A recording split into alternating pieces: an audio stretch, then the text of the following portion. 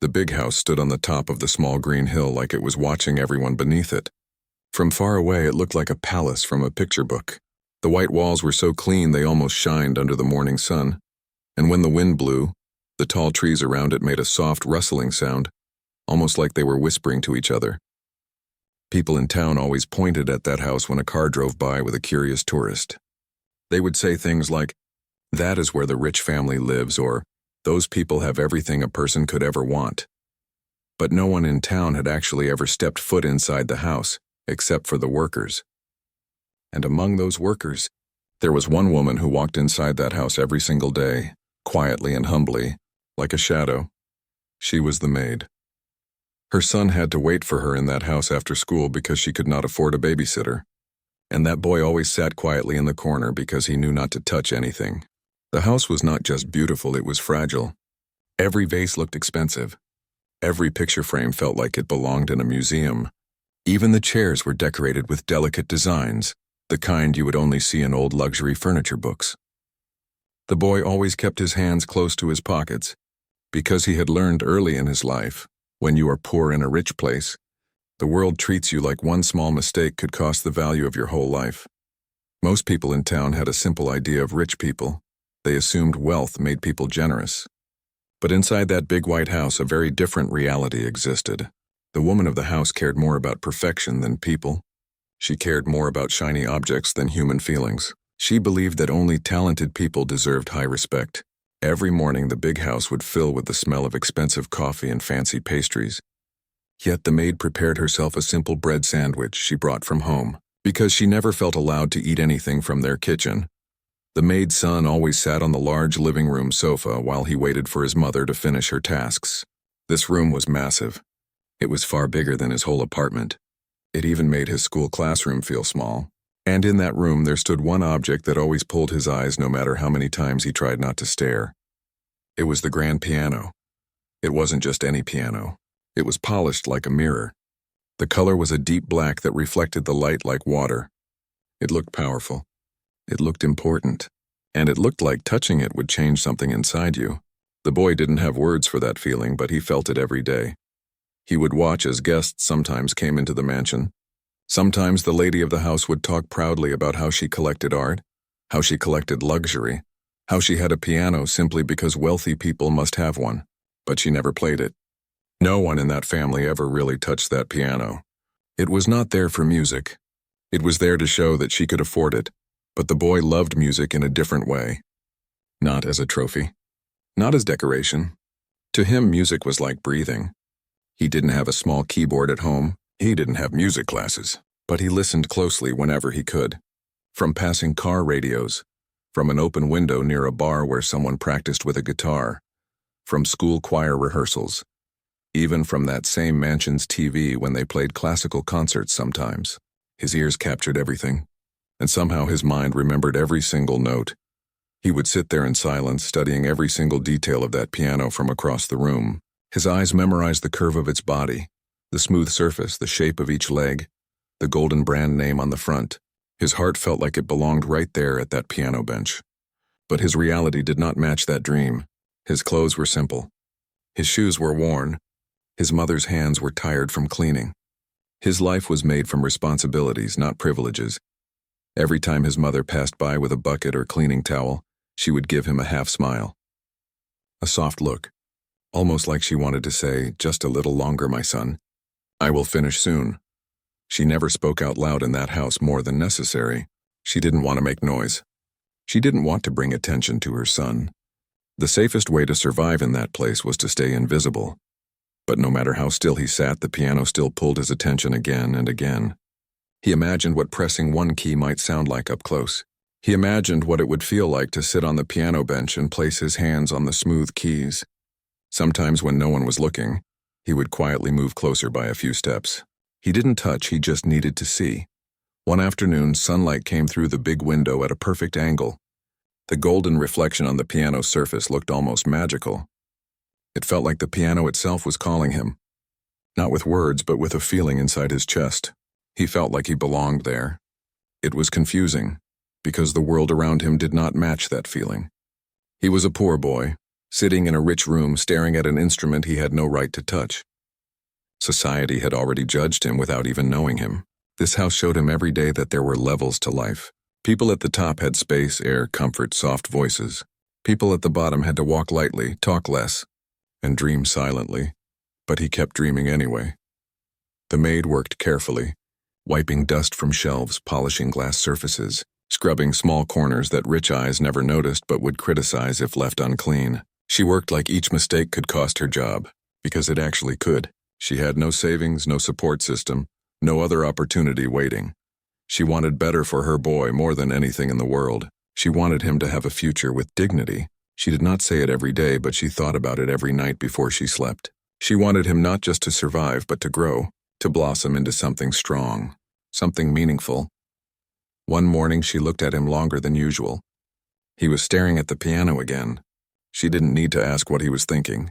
She already knew. She had watched that same gaze for months. She whispered quietly when the lady of the house walked upstairs. "You love that instrument, don't you?" The boy just nodded. He didn't explain. He didn't know how to describe it. His heart was ahead of his vocabulary. His mother sighed softly with a gentle sadness, not because she wanted him to stop dreaming, but because she didn't want those dreams to hurt him. "Just be careful, all right?" She whispered. She wasn't afraid of her boy making noise. She was afraid of the world crushing his spirit, because she knew something from her own life. Poor children are rarely allowed to make mistakes. And yet, every day the pull inside that boy felt stronger. Something inside him told him that the piano was more than a piece of furniture. It was more than a rich person's toy. It was something living, something that could speak, something that could change his entire destiny if his fingers ever touched those keys. He didn't know the future yet. He didn't know how cruel or surprising life could be. All he knew was this. Every time he looked at that piano, he felt like the world was showing him a door. He just didn't know how or when he would ever be brave enough to open it. The next day started like every other day, but something in the air felt different.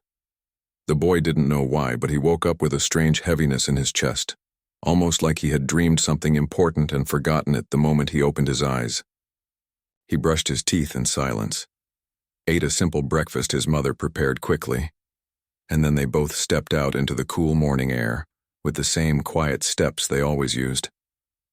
They walked together toward the big house on the hill, the one that always felt like a different planet from the world they lived in. His mother walked a bit slower than usual that morning. She held her bag close to her body, as if she was carrying something delicate. The boy walked beside her, looking at the rising sun and the long shadows stretching across the pavement. He didn't speak out loud, but his mind was full of thoughts he didn't know how to express. When they reached the gate of the house, the security guard opened it without a smile, without a nod, without even lifting his head. He did his job, like a machine, like a person who forgot that conversation existed. The boy always noticed that about him. In that house, many people acted like they were part of the building, not living humans. It was a quiet reminder that money did not always create warmth. Sometimes it created silence. Inside the house, the boy sat in his usual corner of the living room while his mother started her tasks for the day. The room felt colder than normal, even though the sun was shining through the large windows. Maybe it wasn't the temperature. Maybe it was the people inside that gave it that feeling. The woman of the house sat at the long dining table, flipping through a magazine. She was wearing expensive jewelry and had her hair styled perfectly even though she had nowhere to go that morning. She didn't look up when his mother walked in. She just tapped her finger on the glass table like she was irritated before the day even began. Her patience was thin. Her standards were sharp, and her voice, when she finally used it, felt like frost. "Make sure the silver pieces in the display cabinet are polished again today," she said. His mother nodded softly. "Yes, I will do that." She said it politely, even though she had already polished them yesterday and the day before that and the day before that.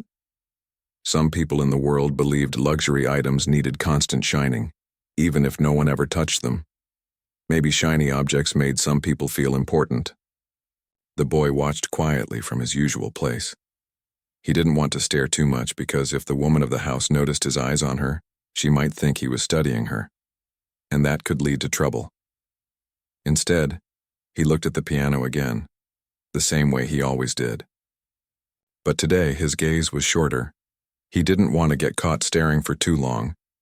He could feel the piano calling him again, though. Some days the feeling was gentle, and some days it felt like the sound of a silent voice inside him. Today, it felt stronger than usual.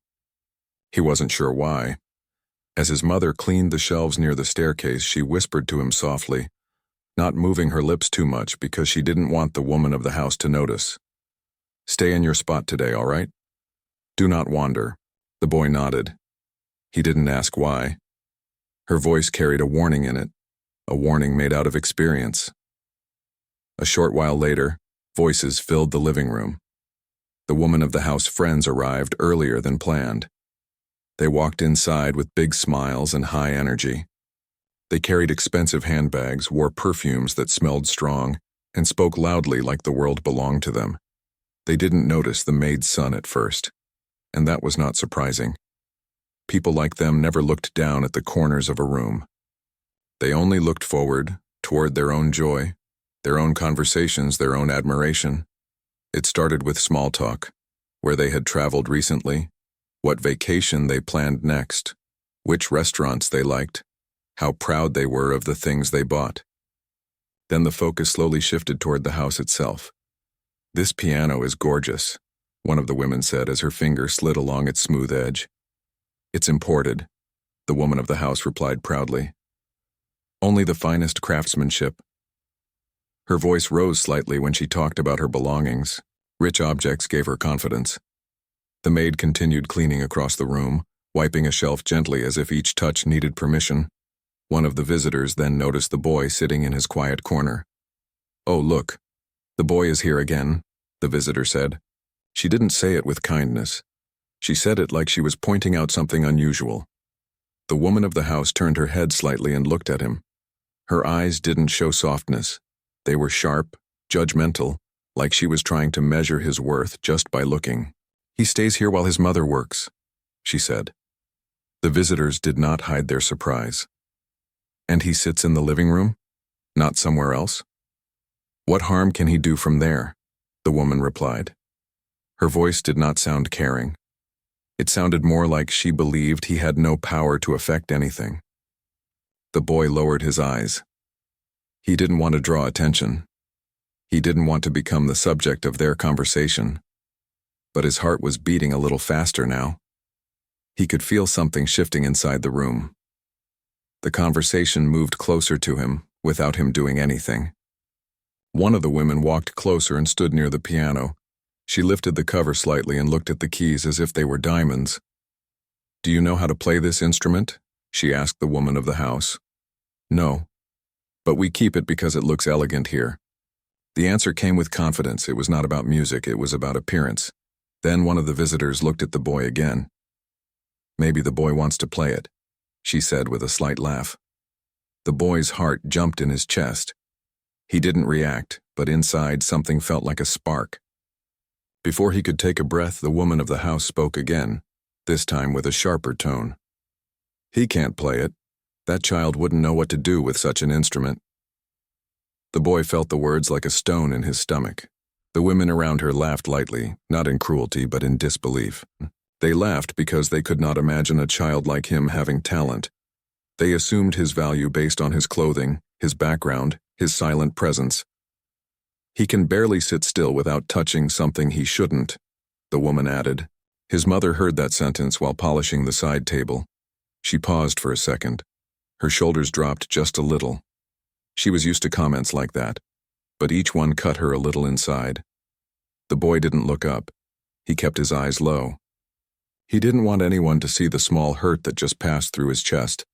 Another visitor spoke next. "Well, if he ever learns to play something this expensive, that would be a miracle." The woman of the house leaned back in her chair. Then she said with a little smirk, as if she was telling a joke meant to entertain her guests, "If that child can play this piano one day, then fine. I will personally adopt him." Everyone laughed, not because they meant harm, but because they believed deep inside that it was impossible. The boy didn't react. He stayed very still, but inside his heart felt like a quiet flame had been lit. The maid's eyes moved toward her son for a split second, her heart tightening, not because she thought adoption would happen, but because she knew how words like that could stick inside a child forever. She wanted to walk over and hold him. She wanted to protect his little heart from the sting of being judged so casually. But she couldn't. She had to continue working, and he had to continue sitting. But something inside him shifted that day. He did not understand how powerful those words would become. At that moment, all he felt was a tiny spark, just one small spark. And that spark, quiet and hidden, was the beginning of everything that would follow. That night, when they reached home, the boy did not talk much. His mother placed their small leftover food in a container and told him to eat while she folded laundry. Their apartment was small, only 2 small rooms and a tiny kitchen area. The ceiling had a small crack near the corner, and the old refrigerator made a soft buzzing sound every few minutes. It was not a comfortable space, but it was theirs, and they tried to make the best out of it. The boy sat down with his plate and ate slowly. His mind was not inside that room. His mind was still inside that big house on the hill. His ears could still hear the woman's words, not the laughter, not the comments. Just one sentence over and over again like an echo that refused to fade. If that child could ever play this piano, then fine, I will adopt him. He did not understand what adoption truly meant in grown-up paperwork language, but he understood one thing. She believed his value was below 0. She believed he could never do anything great.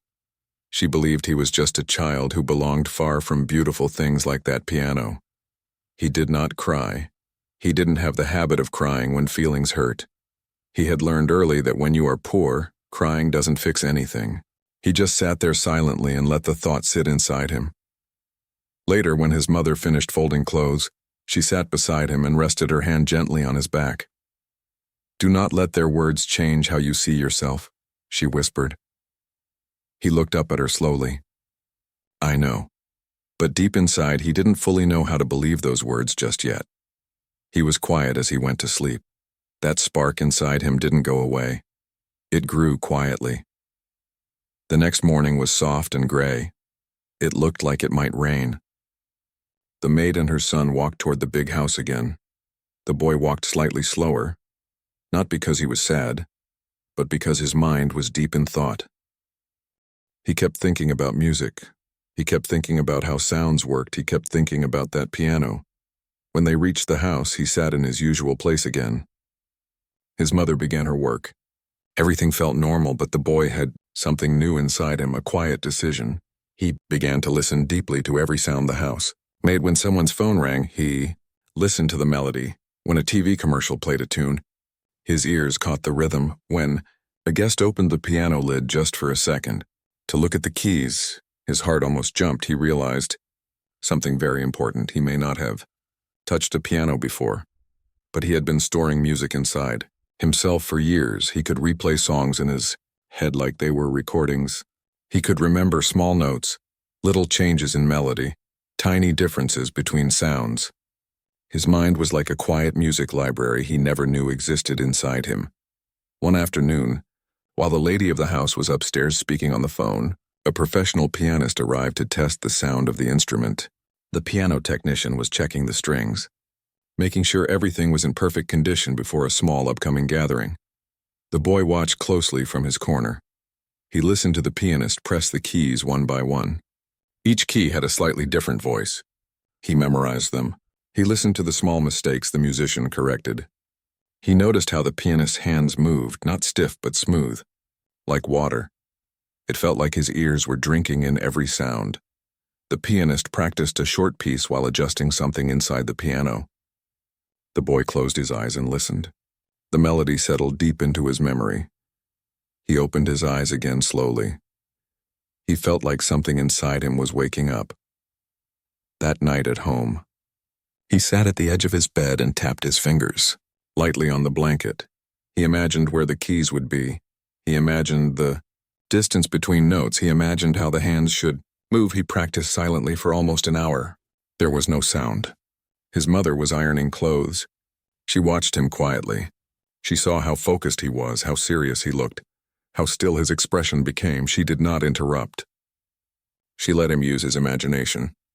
Because sometimes imagination is more powerful than real tools. The next day at the mansion, something unusual happened. The woman of the house's husband walked into the living room while the boy was sitting there. He was not there often, and when he appeared, the atmosphere in the house changed instantly. People spoke more carefully around him. Workers stood straighter. Even the woman of the house softened her tone a little when he was near. He wasn't cruel. He wasn't loud, he was simply reserved, observant, quiet. He noticed the boy sitting there. "Hello," he said kindly. The boy nodded politely. "Do you enjoy being here?" the man asked. The boy hesitated. He didn't want to say yes because that felt untrue. He didn't want to say no because that might sound rude. So he stayed quiet. The man smiled a little. "It's all right. You don't have to answer." Then his eyes shifted toward the piano. "Beautiful instrument, isn't it?" The boy nodded again. The man's gaze lingered on the piano for a few seconds. Then he walked away to another room. The boy's heart was beating faster again. That was the first time someone inside that house acknowledged the piano as something more than decoration. That afternoon, while the maid cleaned the shelves, the boy repeated the melody he had memorized from the pianist's practice session, but not out loud, only in his mind. He realized he could repeat it clearly. His fingers twitched a little every time he imagined a specific part of the song. He wanted to try. He wanted to touch a single key, just once, not to make noise, not to break. It was just to see if the sound matched his memory. But he waited. Because timing was everything. The house needed to be quiet, no visitors, no footsteps, no sharp eyes. Watching. Late in the afternoon, an opportunity arrived. The woman of the house left with her friends to visit a boutique. The security guard was outside.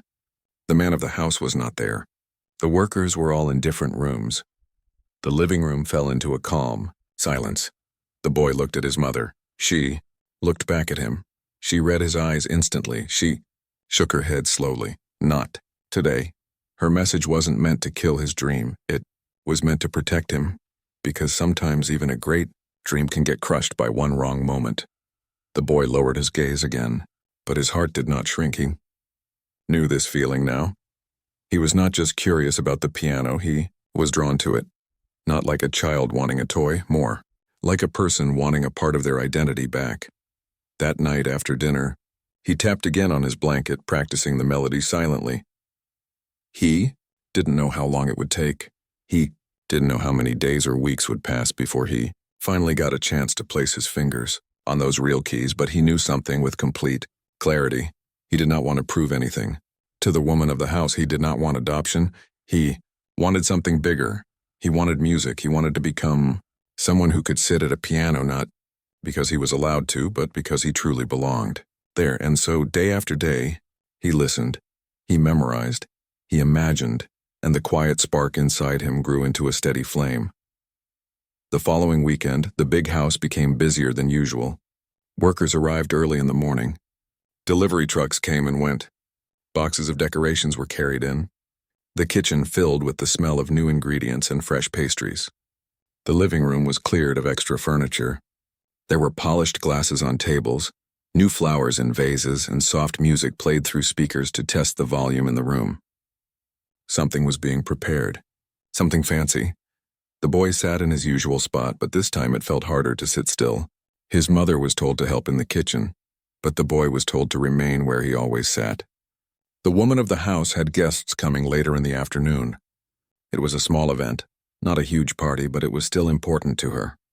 She liked showing people that her house was always perfect, always organized, always more elegant than anyone else's home. Slowly, people began arriving. They wore neat clothing and spoke politely to each other. The atmosphere in the house changed again. It became a place where every person tried to look more important than they were. Their voices softened not because they were kind, but because they wanted to appear graceful. Their smiles were practiced. Their gestures seemed rehearsed. The piano sat in the center of the room like a silent throne. Not one finger had touched it all day. It just sat there shining under the lights, waiting silently. The boy stared at it more than usual. But today something was different inside him. In the past, he looked at the piano with hope and fear at the same time. Today, there was something stronger inside him. Not confidence exactly, but something close to it. A quiet certainty. It was the certainty of someone who finally knows who they really are. The boy listened as guests talked about music. One man bragged about his daughter taking lessons for 2 years. Another woman commented that she could recognize a piece played by a famous composer just by hearing the first few notes. Everyone spoke about music like it was something rare, something only suited for people with money. No one assumed talent could exist in a small boy who wore simple clothes. No one looked at him and thought about possibility. They just looked past him, like he was a chair or a lamp. But deep inside him, the quiet flame that had been burning began to grow bigger. The man of the house walked deeper into the living room now. He was dressed nicely, but his expression was calm, not prideful. He didn't talk as loudly as the others. He stood near the piano for a few seconds, then took a seat on the sofa across the room. He didn't say anything. He just observed. In that moment, the boy felt something shift. He didn't understand exactly why, but it felt like the world gave him a tiny opening. Later, when the lady of the house was speaking with a group of women near the window, the professional musician arrived again. He was invited to play a short piece for the gathering. He opened the piano lid and gently began playing. The room became quiet. People listened with attention, nodding softly as if they understood every detail. The boy closed his eyes and listened too. He knew the piece. He remembered the structure. He remembered the pauses.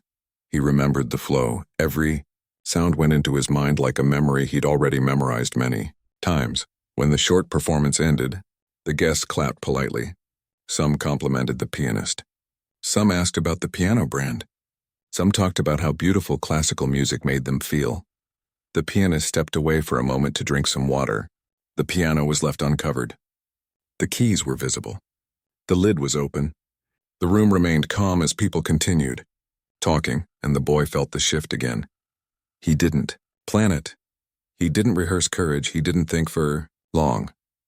He simply felt something inside him rise like a wave. He stood up. His mother saw him move from across the room, and her heart froze for a moment. But she didn't call out his name. Something in her eyes softened. She could see there was no fear in him right now. He wasn't walking like a child making a mistake. He was walking like someone who finally decided to answer his own calling. He stepped closer to the piano. No one noticed at first. He wasn't loud. He wasn't fast. He simply approached quietly. Then someone near the table looked at him and whispered, "Look." The whisper spread. Heads slowly turned. People watched him take his place near the piano bench. The woman of the house turned around, surprised. She lifted her eyebrows slightly, ready to speak, but before she could say anything, the boy sat down. He placed his fingers on the keys. He did not think. He did not hesitate. He began to play. The same piece the pianist had played. The notes were clear, smooth, balanced, gentle. He didn't rush. He didn't struggle. His hand movements were steady and natural, like he had practiced for years, like he had lived inside the melody. The sound filled the room slowly, like sunlight touching cold ground. The room went silent. People leaned forward. It was not the kind of silence people forced out of politeness. It was the kind of silence that happens when reality shifts right in front of your eyes. Every note matched the memory of the performance. Earlier, he didn't miss a single step in the melody. The woman of the house lowered her drink. She didn't blink at first. She just stared with disbelief. Her earlier words echoed silently in her mind.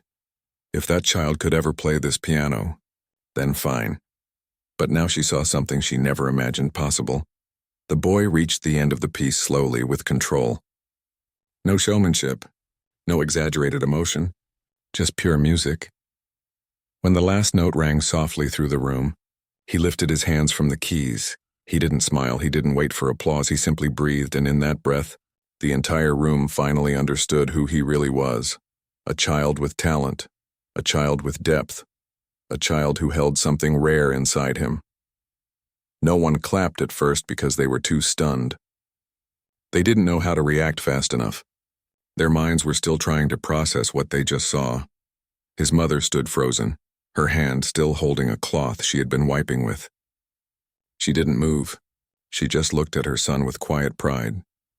The man of the house slowly stood up from his seat. He walked closer. He was not smiling widely, but his eyes were gentle. He understood something that others were still trying to catch up to. The woman of the house remained silent. Her confidence slipped for a moment. She didn't know what to say. The sentence she once said now hung in the air like a reminder that some judgments can come back with unexpected consequences. This was not about a joke anymore. This was not about social status anymore. The boy looked not at the woman, but at the piano. He finally felt like he belonged.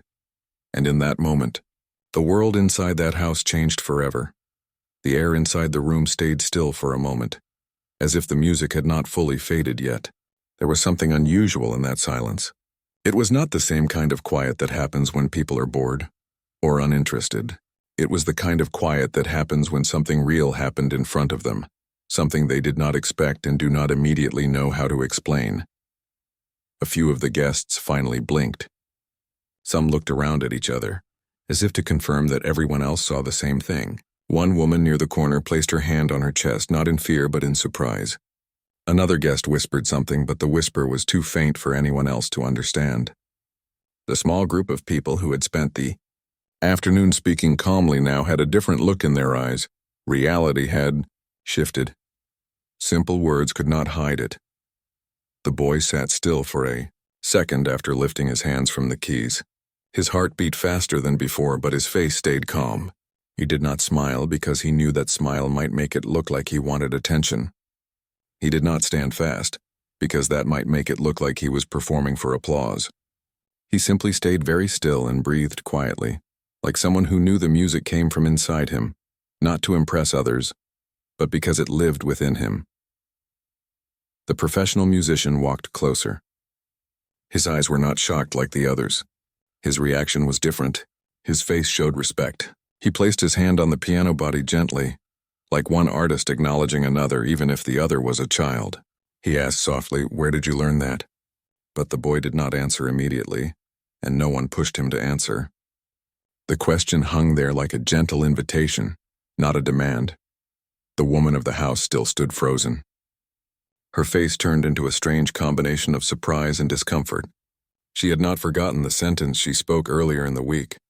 She had laughed when she said it. She said it with humor, almost casually. It was a sentence that was never meant to be tested, never meant to actually matter. Yet now it mattered. She looked around at the guests, hoping someone would give her a quick excuse to escape the moment, but no one did. Even the people who usually agreed with her in every situation now stayed silent. They did not know what to say either. The man of the house moved closer to the piano area. He placed his hand in his pocket casually, but his eyes were not careless. They were thoughtful. He looked at the boy not with shock, but with clarity. This man did not treat talent like a surprise that could not exist in simple surroundings. He understood that sometimes life places gifts in unexpected places. He spoke gently so his voice did not sound like pressure. "You remembered the whole piece. You did not guess." The boy nodded once. The man smiled just slightly, but it was a real smile, not a show. "So you have been learning quietly," he added softly. The boy looked at the keys again. He placed his hand near them, but he did not start playing another piece. He simply touched one key lightly, as if greeting it again. There was no reason to hide his connection with music anymore. The mother finally took a step forward from her spot in the corner. Her heart was full. She did not want to embarrass her son by making a scene, but her eyes could not hide the emotion she felt. She kept her expression steady because she did not want to interfere in the moment that now belonged to him, not her. Some of the guests began whispering words like natural, gift, and incredible memory, but others stayed quiet because they were still trying to understand how something like this could happen. Without lessons, without formal training, without expensive classes. One guest suggested softly, maybe he could take formal lessons someday. Another said, a talent like that should not be ignored. The lady of the house finally spoke. She looked toward the boy, but her voice sounded different from before. Not angry, not amused, but slightly uneasy. She said, children sometimes pick up simple melodies. One of the guests responded politely. That was not simple, And that small sentence created another shift. Even among the guests, someone spoke the truth without trying to soften it. The lady looked away for a second, then tried again. Perhaps he practiced, she said, wanting to sound rational. But the musician answered calmly, "This is not something a child practices alone without guidance. There is natural structure here." The boy looked toward the musician with quiet respect because he could feel that this man was not saying these words to impress anyone. He was simply stating the truth. The lady's words did not land the way she hoped. She tried to control the tone of the environment, but that ability was not working now. The truth had more presence in the room than her opinion. The man of the house then spoke again, gently but clearly. He did something meaningful. We should acknowledge it. This sentence did not sound dramatic, but it had weight. It made the guests listen. It made the mother breathe easier, and it made the lady of the house step back just a little, because she felt that her usual authority did not cover this moment. A few seconds later, the guests started clapping. At first it was light, but then others joined and it grew into real applause. The boy did not stand up quickly. He simply lowered his head slightly in respect. His mother wiped the corner of her eye quietly. She did not cry loudly. She did not want to bring attention to herself. She simply let her emotions show in a soft way. The musician took out a small card from his pocket. He offered it to the mother, not to the lady of the house. He told her that if she wanted, he could help guide the boy toward a future in music. He did not offer false promises. He simply offered a bridge toward possibility. The woman of the house watched this, but she could no longer pretend that nothing has changed. She remembered the sentence she once used to make a joke. If that child could ever play this piano, then fine. Now it was happening in front of her eyes. Her words no longer belonged to her. They became something larger than she expected. The boy placed his hand on his lap and slowly stood up from the piano bench. His mother approached and placed her hand gently on his shoulder. There was no lecture in her touch, only quiet pride. Some of the guests began walking toward the tables for refreshments again, but the conversation was different now. They talked about what just happened. They talked about talent. They talked about how life sometimes hides incredible potential in quiet corners. The boy and his mother moved aside and sat quietly near the wall, just like before. But now the atmosphere felt completely different. She looked at him with eyes that expressed everything without saying a word. She did not need to speak. He understood. Something inside their lives had opened up, not because someone allowed it, but because the truth made itself visible. The lady of the house tried to look relaxed again, tried to return to her usual tone, but she could not fully hide how unsettled she felt inside. She did not know how to manage this new situation. Her confidence of control had been challenged. Something had happened that she never expected. She looked at her husband, and he looked back at her with thoughtful eyes. The evening continued quietly, but the moment that mattered would not fade. What the boy had done could not be undone. And inside that house, every person knew one thing. Life would not return to the same shape it had before the music was played. The event continued for a while longer, but after the surprise moment around the piano, the mood of the room changed in a gentle but clear way. People spoke more softly. They looked around with a new level of awareness, like they were seeing the house differently now. The same guests who once looked past the simple boy now looked toward him with genuine curiosity. They did not stare like he was a strange thing. They looked at him in a way that said very quietly that they wanted to understand more. They wanted to respect what they had just witnessed. The professional musician stayed near the piano for a few minutes longer, as if he was still thinking about what happened. He seemed to keep replaying the memory of the boy's hands on the keys. He did not rush to leave. He seemed like someone who had found something unexpected, something uncommon, and he wanted to understand its value with care. After some time passed, the guests slowly began to say goodbye and leave the house. They took their coats, shook hands, and exchanged polite goodbyes. But almost every guest left with a different expression compared to when they arrived. Their faces now showed that they had seen something that they would think about later, something they might talk about again in private conversations. The mother helped clean some dishes in the dining area, not because she was told to, but because she wanted to keep her mind calm after such an emotional moment. Her hands moved in quiet rhythm, but her heart and mind were not calm yet. Her heart was warm and full, The boy stood near the piano again for a moment before the cover was closed by the staff. He touched one key gently, like saying goodbye. It was not a dramatic gesture. It was quiet and personal. He simply needed one last touch to feel connected to something that had changed his life. Then the lady of the house approached them. She walked slowly, as if she needed to arrange her expression before speaking. Her steps were steady, but her voice sounded different than usual. She was not loud. She was not in control the way she often appeared. There was something softer in her tone. She said to the mother quietly, "He surprised all of us today." The mother nodded slowly. She did not respond with pride or with a comment meant to show off. She simply nodded because she knew it was the truth, and the truth did not need decoration. The lady continued, "I did not expect that. I did not think it was possible." Her eyes lowered for a moment, like she was trying to understand her own earlier assumptions. She looked at the boy again, and there was no rudeness in her expression now. It was a look of someone trying to correct herself. She then said very softly, "I said something I should not have said. I thought I was being humorous. I was not careful." The boy did not respond. He did not know what to say. He simply stood still, and then gently she added, "I would like to support him. If it is all right, I can help arrange for lessons." She did not say this as if she was doing charity. She said it in a tone that suggested she wanted to do the right thing, because she finally understood something that she could not deny. The mother looked toward the boy, and he looked back at her. He did not know what decision to make. He did not know what to expect next. The mother turned toward the lady again, but did not immediately accept or refuse. Instead, she answered simply, "We will think about it." The lady nodded. She did not push. She did not insist. She accepted this answer with grace, like she knew she owed them space to choose freely. Later that evening, when the house became quiet again and the staff began returning things to their usual places, the boy and his mother walked home together. They did not take any shortcuts. They did not hurry. They walked slowly because they needed time to understand their day. The sky was calm and the air outside was cool.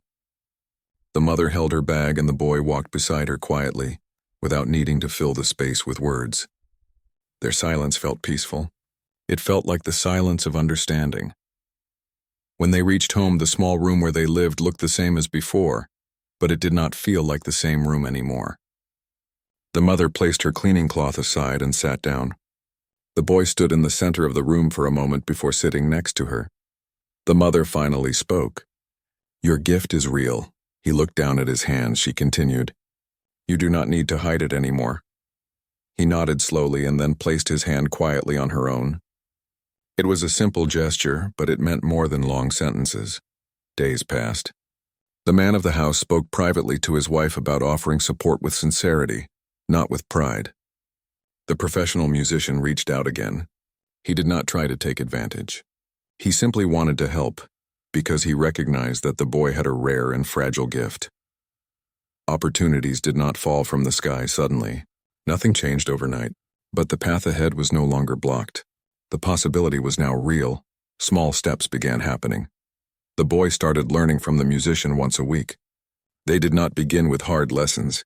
They began slowly, gently, just to help the boy understand structure.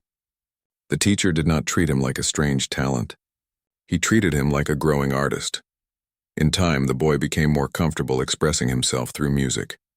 He learned how to balance emotion with technique. He learned how to trust his own interpretation. The lady of the house was not the same as before.